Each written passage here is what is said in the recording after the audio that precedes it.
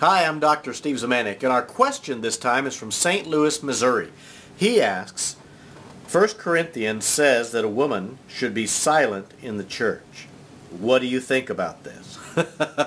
Well, my off-the-cuff answer is it depends which woman it is. I usually get slapped, so I'm not going to share that opinion with you. What the writer is asking about is 1 Corinthians chapter 14. Specifically verses 34 to 36, where Paul says that a woman should be silent in the church.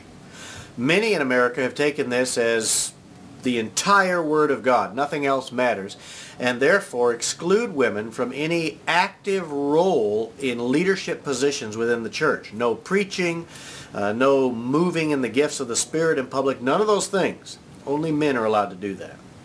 However, Paul, in this very same book, just a few chapters earlier, chapter 11, verses 2 to 16, tells this same group of women how they should actively participate out loud in the service. So in one section he's saying no, and in another he's saying not only yes, but here's how to do it. And it gets worse, because just a few chapters later, chapter 16, verse 15, Paul commends a woman pastor named Stephanas and tells everybody they need to respect her and emulate her. Whoa! It's not as complicated as it sounds. A service is not like a service in America. They went on much longer than ours, and they encompassed a lot more activity than many of ours do. And so for most of the service, the women were allowed to prophesy, to pray, to speak out loud. That's what chapter 11 is all about. Here's how you do it.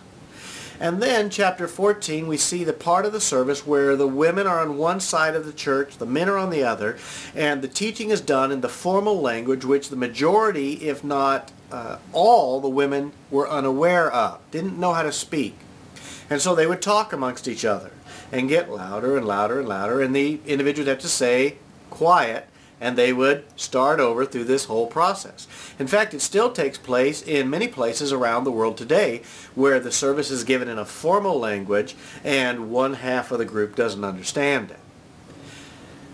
We know that God affirms a woman's right to be used of Him however He chooses, because in chapter 16, Paul commends this woman named Stephanas and the church that's in her household, and tells the rest of us we need to respect and emulate her.